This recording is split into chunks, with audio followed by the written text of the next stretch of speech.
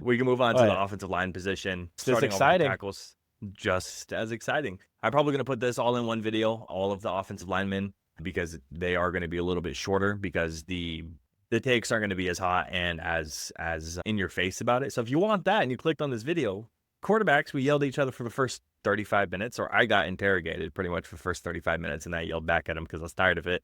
Starting with the tackles, it's just tackles. It's not left and right. It's just offensive tackles is how we went about it.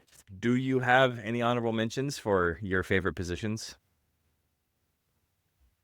I feel like I really get messed up, fucked in my head with the tackles because of Madden.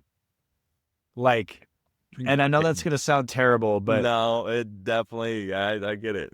So at honorable mention, I have Charles Cross and I have Paris Johnson Jr. Because in my mind, Paris Johnson Jr. is like a stud, the stud of all studs. But in reality, it's like, oh, he's all right. He's a good guy, but he's not a stud yet. But it's like I have Charles Cross and Deion Dawkins as my two honorable mentions. Okay. Yep. We can go through these ones a little bit quicker because we're not going to hit bang bang bang. So if we want to just kind of go 3 at a time. Okay. Give me your 8, 9, and 10. I have Joe Alt at the 10 spot. Why is that a problem? Oh my gosh. Why is that a problem? Go ahead. Why is that a problem? You're going to have him higher, aren't you? Oh my gosh. I talked about Joe Alt every week last year. I know. I have Bernard Rainman at 9 and Christian Darrisaw at 8. All right. I do not have Bernard ranked. I have Christian. Go ahead. He 4 sacks, 20 pressures. He has an 80.7 run grade on PFF. I'm not sure what his pass grade is, but I got the raw numbers for the pass grades, and then the run grades is a little bit easier to quantify for PFF for some people's minds. So he's solid. We're going to go through the numbers, and he's been pretty good for the Colts for a couple of years, and he's been getting better and better. He was one of those guys I really doubted coming out of the draft, and he's been pretty good. Rainman's only one of 5 tackles last year that had a pass blocking grade and a run blocking grade over 80. Yeah. So at number 10, I had Laramie Tunsil. At number 9, I have Rashawn Slater. Okay, yeah. And at number 8, I had Darrisaw. Okay, so we have the same spot for Darrisaw. And obviously, getting injured partway through the season is definitely a bummer. But we know what Darrisaw can definitely do. I have Slater on the list. He's there. All right. I was like, damn, I put 2 Chargers in the top 10 and I put 2 Eagles in the top 10. Like, ugh. Slater definitely deserves to be there. 100%. I don't really have a lot to argue there. Tunsil, I just barely left off my list. Just looking at some of the raw numbers of him, I think he's going to be good and he's going to be really solid, but I just barely left him off. All right. 5, 6, and 7. Slater at 7. I have Zach Tom at 6. And I have Trent Williams at 5. Zach Tom. Zach Tom. Yeah. Yeah. 90 overall grade for PFF for his run blocking. 24 pressures, 3 sacks. But that 90 run blocking grade is definitely what sits him inside that top 6 for sure. I feel like with Zach Tom, like, he's gotten better and better as the years. Like, I think this is his 4th season coming into, I think. Mm-hmm. So it's just like one of those things where, like, he wasn't like a superstar splash on the field at the tackle position. He's just gotten better and better and better. And so makes I probably missed on that one. Yep. I did mention this earlier. At number 7, I have Andrew Thomas. Yep. I think is a really good tackle, and I'm not going to do the injury thing. At number 6, I have Joe Alt. I don't know if anyone knows this, if you've ever watched this podcast before, but I love Joe Alt. And number 5, I will not disrespect the Hall of Fame legend, Trent Williams, by placing him at number 5. I will disrespect Penei Sewell and put him at number 5. Okay. 5 through 1, 5 through 3, 5 through 2 was really hard to put together. Just because looking at the raw numbers and the grades and stuff. Let's make it easy. Who'd you put at number 1? I put Jordan Mailata at number 1. Jordan Mailata, number 1. Okay. Mm-hmm. Perfect. Who you got at number 2? I have Sewell at number 2. Penei Sewell at number 2. Mm-hmm. Okay. I had him at 5. Who do you got at number 3? Lane Johnson. Lane Johnson, I have at number 3. Mm-hmm. Who do you got at 4? I have Tristan Wirfs. Tristan Wirfs, I have him at number 2.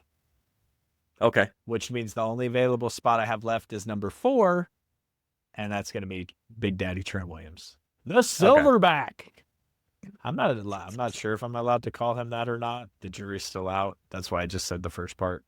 But Trent Williams might get hurt. Tristan Wirfs had ankle injuries last year. Yeah. Joe Alt had injuries. So who knows when it comes to the tackles. But yep. I know for a fact that the Eagles have a great offensive line and the Chargers have a great offensive line. So, yeah, no, absolutely. Well, yeah, 4 and 5, the injury stuff definitely kind of played in a little bit, but they're right next to each other, the Wirfs and Williams stuff for me. Johnson had a very strong argument for 2, 0 sacks and only 10 pressures. Fucking nuts for an entire year with an 80 run grade on top of it. Sewell's pass numbers don't look fantastic, but the 90.5 run grade definitely puts him inside that contention for that 2 spot for me. And this is going into the next season, so he's just going to improve on the stuff that he's, struggled with. And if that's the pass protection this past year, the coaches are going to take a look at that, and they're going to make sure that he gets all suited up. And Mailata at the 1, the only guy to score above a 90 for both pass and run grade for the PFF. Only 1 sack and 14 pressures. Dude was a stud. Played almost 1,000 snaps, I'm pretty sure, for the entire year at left tackle. So dude's amazing. He's a good-ass dude, too, on top of it. So just stack that on. So good guy and just incredible player last year. And I think he's just going to continue to build on that. There's just a couple dominant players you can't not place at the number 1 spot. Mailata, for me, is that 1. Saquon for us was that 1. Good?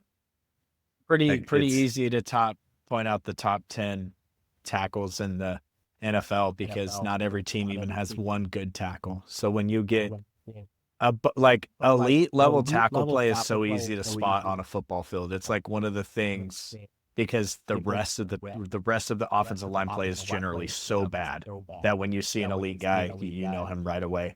And it's crazy that the Eagles have 2 of them. Nuts. Boys on that list, huh? Correct. They're fucking awful. For their top 8 quarterback this year. Yeah, hey, go fuck yourself. All right, offensive guards. You got a Cowboy on this list? I do have a Cowboy on this list. Me too. Nice. I'd hope so. I do not have any honorable mentions for the guard position because I honestly don't care that much. Elijah Vera-Tucker and Mekhi Becton for me at 11 and 12. Mekhi Becton, my guy. Yeah. Honorable mention. All right. So same situation. Yeah, you 8, go 9, first. 10. All right. I have Kevin Zeitler at number 10. Okay. Moving on to a new team.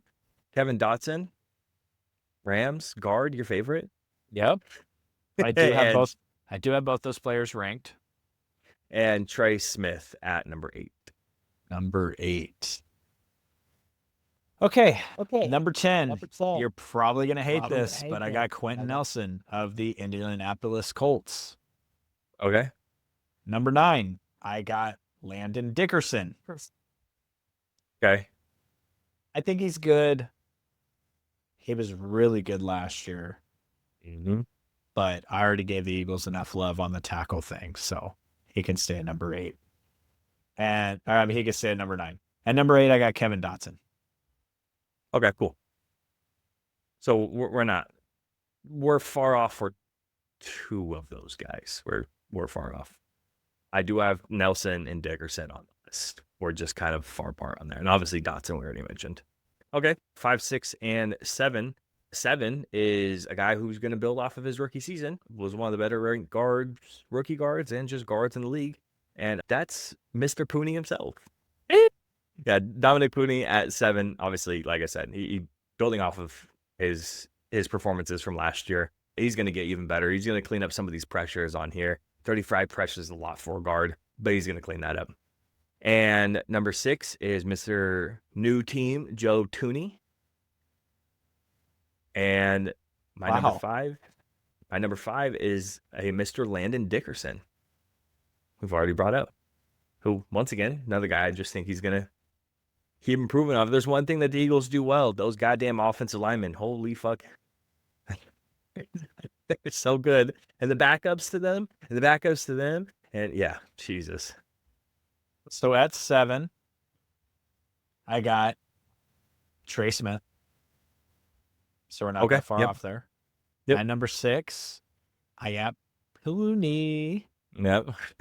Okay. And at number 5, I got the aforementioned Kevin Zeitler. Okay. Yeah, he was really good last year. I just have some questions about scheme versus production on how much of it is that, because he's been solid but had a really elite level season last year. Still inside my top 10, obviously. Just a question mark there. That's it. I just feel like the Tennessee Titans are going to be so bad that he might just stand out a little bit as like the lone bright spot over there.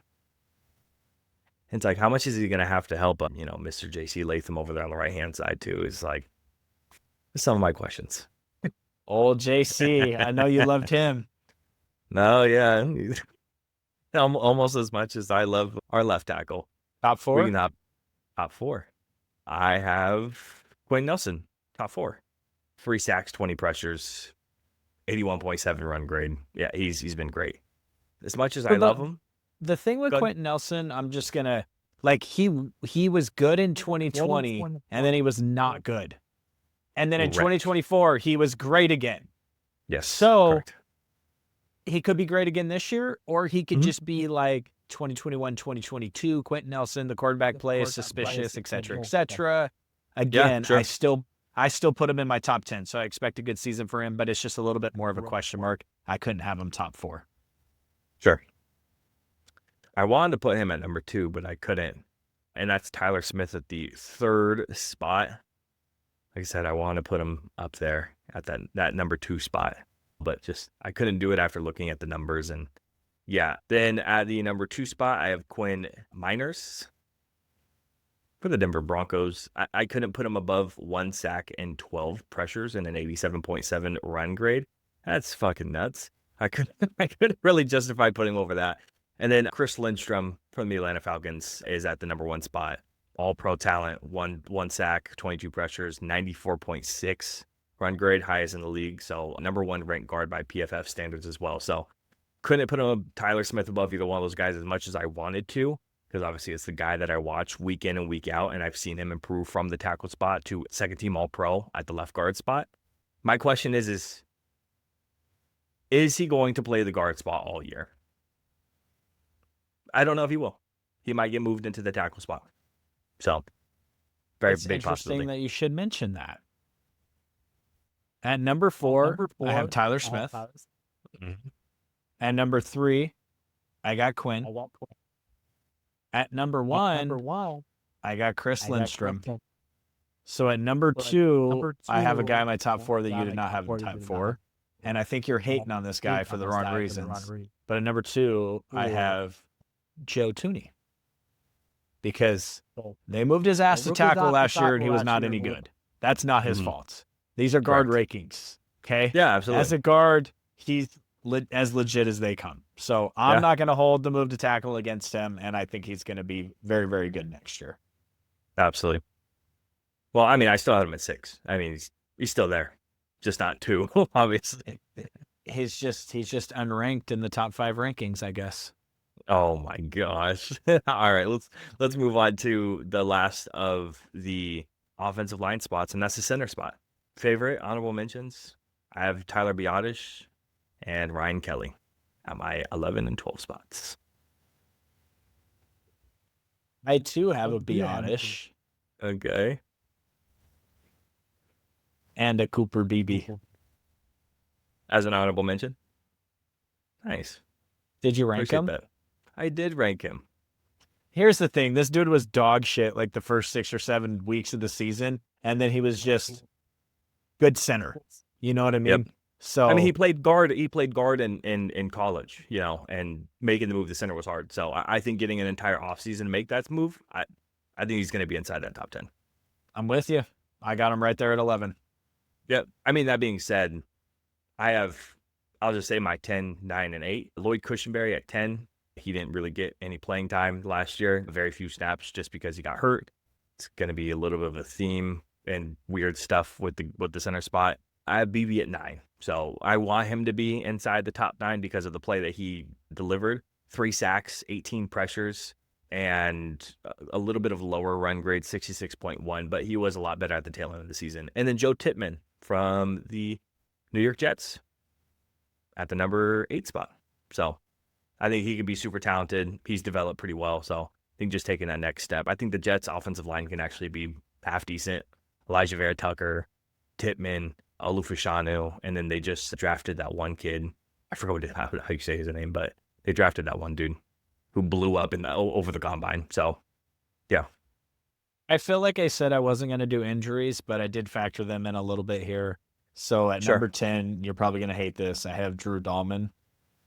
Yeah. I mean, here's the thing, though, is he's a good run blocking center, right? Yeah. But who is the Chicago Bears running back? What's the plan out there with this offense? Like, scheme fit wise, like, it's not Jahmyr Gibbs that's back there. Like, I know the zone run blocking game for Ben Johnson was great. He's probably a top 5 center this year, let's be honest, but I got him at 10. I got Ryan Kelly at number 9. Again, a lot of injuries there when he was in Indianapolis. So, and then at number 8, I got Aaron Brewer. Okay. Yeah, I left Brewer just a little bit off the list.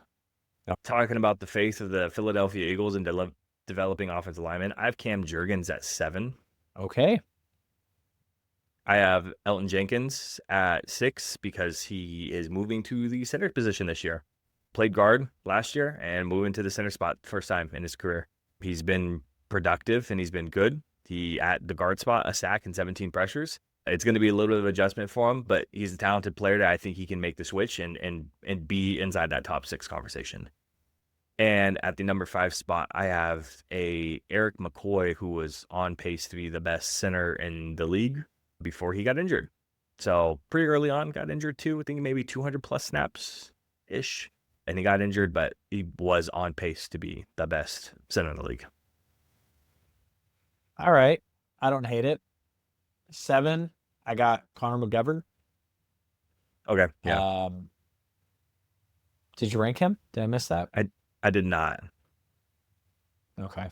I got another weird one for you at 6. I got Joe Tippmann. I mean, I have Tippmann. Did you say him already? Yeah, number 8. Number 8, okay. And at number 5, I got your number 6. I got Jenkins at number 5. So, okay, cool. I think we're there. I just think, well, now that we're the top 4, I'm guessing you have Dahlman in your top 4, so I want to see who you left out. Yeah, Dahlman's at my 4 spot. Linderbaum is my number 3. Mine too. Mr. Zach Frazier himself is number 2. Okay. And Creed Humphrey, the solidified number 1. 0 sacks and 7 pressures on a 91.1 run blocking grade is the undisputed one pretty comfortably. And Frazier was fantastic as well last year. He was great. He was arguably the best rookie offensive lineman last year. A sack, 12 pressures, 79.7 run blocking grade. And that Steelers offensive line is going to get even better. And then when you have the whole unit better, you get better as well. So with Troy Fautanu coming up in and actually going to get full-time snaps and everything, it's going to be a great thing for the Steelers, at least that line. Creed Humphrey, number 1. I got Zach Frazier, number 2. Yep. I do have Tyler Linderbaum at 3, but I have Eric McCoy at number 4. Okay. So we were. I didn't leave anyone off. I'm McCoy at 5. Yeah, And I think Jurgens. I didn't have Jurgens ranked at all, and you put him at number 7. I think that was our biggest miss. Yeah, I think so. I think everything else are pretty much, honorable mention for BB. I had him in, all that stuff. I had him at 11. You had him at 9. But right, technically yeah. unranked. Unranked.